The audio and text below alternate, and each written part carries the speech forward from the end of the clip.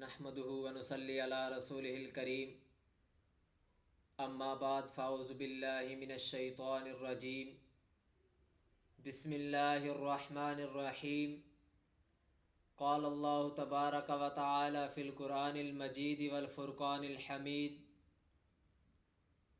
وما أرسلناك إلا رحمة للعالمين صدق الله العظيم وصدق رسوله النبي الكريم ونحن على ذلك لمن الشاهدين والشاكرين والحمد لله رب العالمين اللهم صل على محمد وعلى آل محمد كما صليت على إبراهيم وعلى آل إبراهيم إنك حميد مجيد۔ میرے واجب الاحترام قابل صد احترام دوستوں، بزرگوں اور بھائیوں، میرا آج کا موضوع ہے تیرا عکس کرم۔ سوال یہ ہے کہ عکس کرم کا مطلب کیا ہے، عکس کرم کا معنی کیا ہے، عکس کرم کی تھیوری کیا ہے۔ عکس کرم کا معنی ہے یعنی کرم کا عکس، یعنی حضور علیہ الصلاۃ والسلام کی ہر ادا کا عکس، حضور علیہ الصلاۃ والسلام کے ہر اچھائی کا عکس، حضور علیہ الصلاۃ والسلام کے ہر کردار کا عکس، حضور علیہ الصلاۃ والسلام کے مشن کا عکس، حضور علیہ الصلاۃ والسلام کی صفات کا عکس، اور یہ رسول اللہ کے ہر صحابی میں پایا جاتا ہے۔ پیغمبر صلی اللہ علیہ وسلم سچا ہے، سچائی کا تاجدار ہے اور صداقت کا مہر منیر ہے۔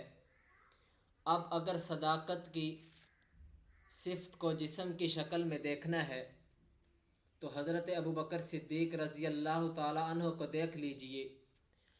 اب اگر عدالت کو جسم کی شکل میں دیکھنا ہے تو حضرت عمر فاروق رضی اللہ تعالی عنہ کو دیکھ لیجئے۔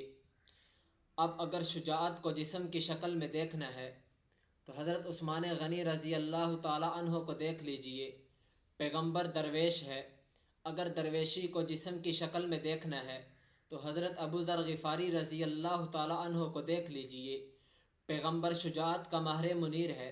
اب اگر شجاعت کو جسم کی شکل میں دیکھنا ہے تو حضرت علی المرتضیٰ رضی اللہ تعالی عنہ کو دیکھ لیجئے۔ پیغمبر استقامت کا پہاڑ ہے۔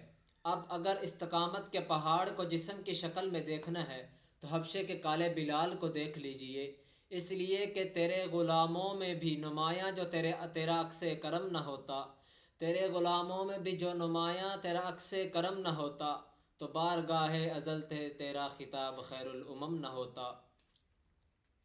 میرے بھائیوں، پہلی وحی کے بعد جب رسول اللہ صلی اللہ علیہ وسلم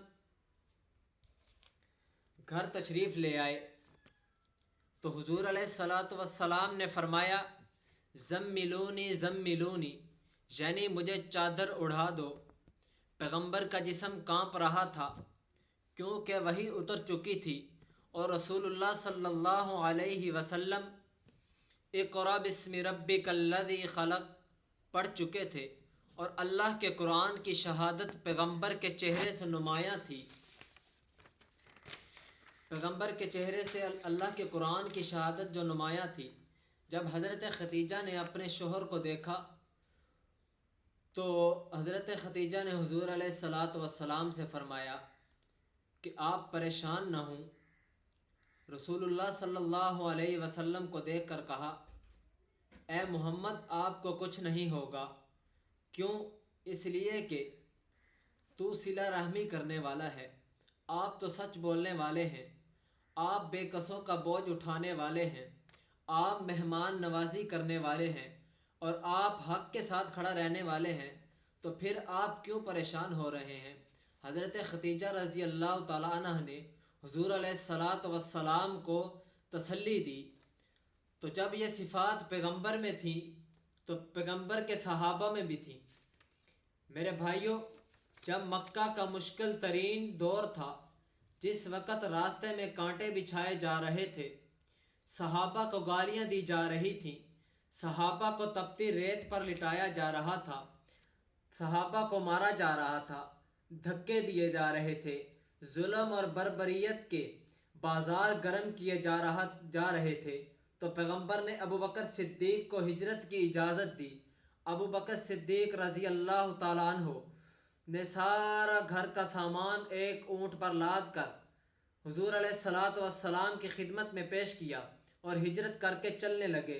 راستے میں عقبہ نامی ایک شخص سے ملاقات ہوئی تو عقبہ نے کہا ابوبکر کہاں جاتا ہے؟ ابوبکر صدیق رضی اللہ تعالیٰ عنہ نے فرمایا کہ میں مکہ کو چھوڑ کر جا رہا ہوں، اس لیے کہ مجھے یہاں مارا جا رہا ہے، میرے اوپر ظلم کا پہاڑ ڈھایا جا رہا ہے، مجھے رسوا کیا جا رہا ہے، میرے گھر والوں کو پریشان کیا جا رہا ہے۔ تو عقبہ نامی شخص نے ابوبکر صدیق کو کہا تو مکہ میں اگر تو نہ رہا تو کسی اور کو بھی رہنے کی ضرورت نہیں، کیونکہ اس لیے جو الفاظ حضرت خدیجہ نے حضور علیہ الصلاۃ والسلام کے بارے میں کہے تھے وہ الفاظ یہ تھے کہ جس طرح حضور صلہ رحمی کرنے والے ہیں ابوبکر تو بھی صلہ رحمی کرنے والا ہے، جس طرح حضور علیہ الصلاۃ والسلام سچ بولنے والے ہیں ابوبکر تو بھی سچ بولنے والا ہے، جس طرح حضور علیہ الصلاۃ والسلام بے کسوں کا بوجھ اٹھانے والے ہیں ابوبکر تو بھی بے کسوں کا بوجھ اٹھانے والا ہے، جس طرح حضور علیہ الصلاۃ والسلام مہمان نوازی کرنے والے ہیں اے ابوبکر تو بھی مہمان نوازی کرنے والا ہے، جس طرح حضور علیہ الصلاۃ والسلام حق کے ساتھ کھڑا ہونے والے ہیں اے ابوبکر تو بھی اسی طرح حق کے ساتھ کھڑا ہونے والا ہے۔ اس لیے جب مکہ میں تو نہیں رہے گا، تو چلا جائے گا مکہ سے باہر تو اور کسی کو بھی رہنے کی اجازت نہیں ہوگی، اس لیے کہ تیرے غلاموں میں بھی نمایاں جو تیرا عکس کرم نہ ہوتا، تیرے غلاموں میں بھی نمایاں جو تیرا عکس کرم نہ ہوتا تو بارگاہ ازل سے تیرا خطاب خیر الامم نہ ہوتا۔ میرے بھائیوں، میرا پیغمبر کائنات کا سب سے سچا انسان ہے۔ جب میرے پیغمبر صلی اللہ علیہ وسلم نے فاران کی چوٹی پر کھڑے ہو کر توحید کا علم بلند کیا، توحید کا جھنڈا بلند کیا، تو دشمنوں نے کہا اے پیغمبر صلی اللہ علیہ وسلم تیری رائے سے اختلاف ہو سکتا ہے، تیرے نظریے سے اختلاف ہو سکتا ہے، لیکن تیری صداقت والی چادر پہ داغ نہیں ہو سکتا۔ جس طرح پیغمبر سچے تھے اسی طرح پیغمبر کے صحابہ بھی سچے تھے، اس لیے کہ تیرے غلاموں میں بھی جو نمایاں تیرا عکس کرم نہ ہوتا، تیرے غلاموں میں بھی جو نمایاں تیرا عکس کرم نہ ہوتا تو بارگاہ ازل میں تیرا خطاب خیر الامم نہ ہوتا۔ میرے بھائیوں، رسول اللہ صلی اللہ علیہ وسلم کے گلے میں رسی ڈال کر طائف کی گلیوں میں گھسیٹا گیا، پیغمبر پر پتھروں کی بارش کی گئی، پیغمبر کی 3 سال تک شیب ابی طالب میں ڈالا گیا، شیب ابی طالب میں ڈالا گیا، قید و بند کی صعوبتیں برداشت کرنا پڑی، قتل کرنے کی کوشش کی گئی، ڈرایا گیا، حضور علیہ الصلاۃ والسلام کو دھمکایا گیا، کانٹے بھی راستے میں بچھائے گئے، نماز کی حالت میں جس میں اطہر پر گندا اوجھ رکھا گیا، ہجرت کرنے پر مجبور کیا گیا، پیغمبر علیہ الصلاۃ والسلام استقامت کا پہاڑ بنے رہے، حق کے ساتھ کھڑے رہے۔ جب استقامت کا پہاڑ حضور علیہ الصلاۃ والسلام بنے تو پیغمبر کے صحابہ بھی بنے، جب پیغمبر حق کے ساتھ کھڑے رہے تو پیغمبر کے صحابہ رضوان اللہ تعالیٰ علیہ اجمعین بھی حق کے ساتھ ہی کھڑے رہے۔ بلال حبشی کو تپتی ریت پر لٹایا گیا لیکن وہ حق پر کھڑے رہے، یہ نبی کا عکس کرم ہے۔ زید ابن دسنہ کو سولی پر چڑھایا گیا، وہ حق کے ساتھ کھڑے رہے، یہ نبی کا عکس ہے۔ خباب ابن ارت کو آگ کے انگاروں پر لٹایا گیا لیکن وہ پھر بھی پیغمبر کے ساتھ یعنی حق کے ساتھ کھڑے رہے، یہی پیغمبر کا عکس کرم ہے، یہی پیغمبر کا عکس کرم ہے۔ میرے بھائیوں، جب استقامت کا پہاڑ نبی بنا تو صدیق اکبر بھی استقامت کا پہاڑ بنا، جب استقامت کا پہاڑ نبی بنا تو عمر فاروق بھی استقامت کا پہاڑ بنا، جب نبی علیہ الصلاۃ والسلام استقامت کا پہاڑ بنے تو عثمان غنی رضی اللہ تعالیٰ عنہ بھی استقامت کے پہاڑ بنے، جب استقامت کا پہاڑ نبی بنا تو حیدر کرار شیر خدا سیدنا علی المرتضیٰ رضی اللہ تعالیٰ عنہ بھی استقامت کا پہاڑ بنے، جب نبی استقامت کا پہاڑ بنا تو مصعب بن عمیر بھی بنا، جب نبی بنا تو حضرت سمیہ رضی اللہ تعالیٰ عنہ بھی استقامت کا پہاڑ بنی. جب نبی استقامت کا پہاڑ بنا تو حضرت زنیرہ بھی استقامت کا پہاڑ بنی. جب نبی استقامت کا پہاڑ بنا تو حضرت لبینہ بھی استقامت کا پہاڑ بنی. جب نبی علیہ الصلاۃ والسلام استقامت کا پہاڑ بنے تو حضرت بلال حبشی بھی استقامت کا پہاڑ بنے. جب نبی علیہ الصلاۃ والسلام استقامت کا پہاڑ بنے تو سلمان فارسی بھی استقامت کا پہاڑ بنے. جب نبی علیہ الصلاۃ والسلام استقامت کا پہاڑ بنے تو حضرت ابو ذر غفاری بھی استقامت کا پہاڑ بنے. جب نبی علیہ الصلاۃ والسلام استقامت کا پہاڑ بنے تو عمار بن یاسر بھی استقامت کا پہاڑ بنا.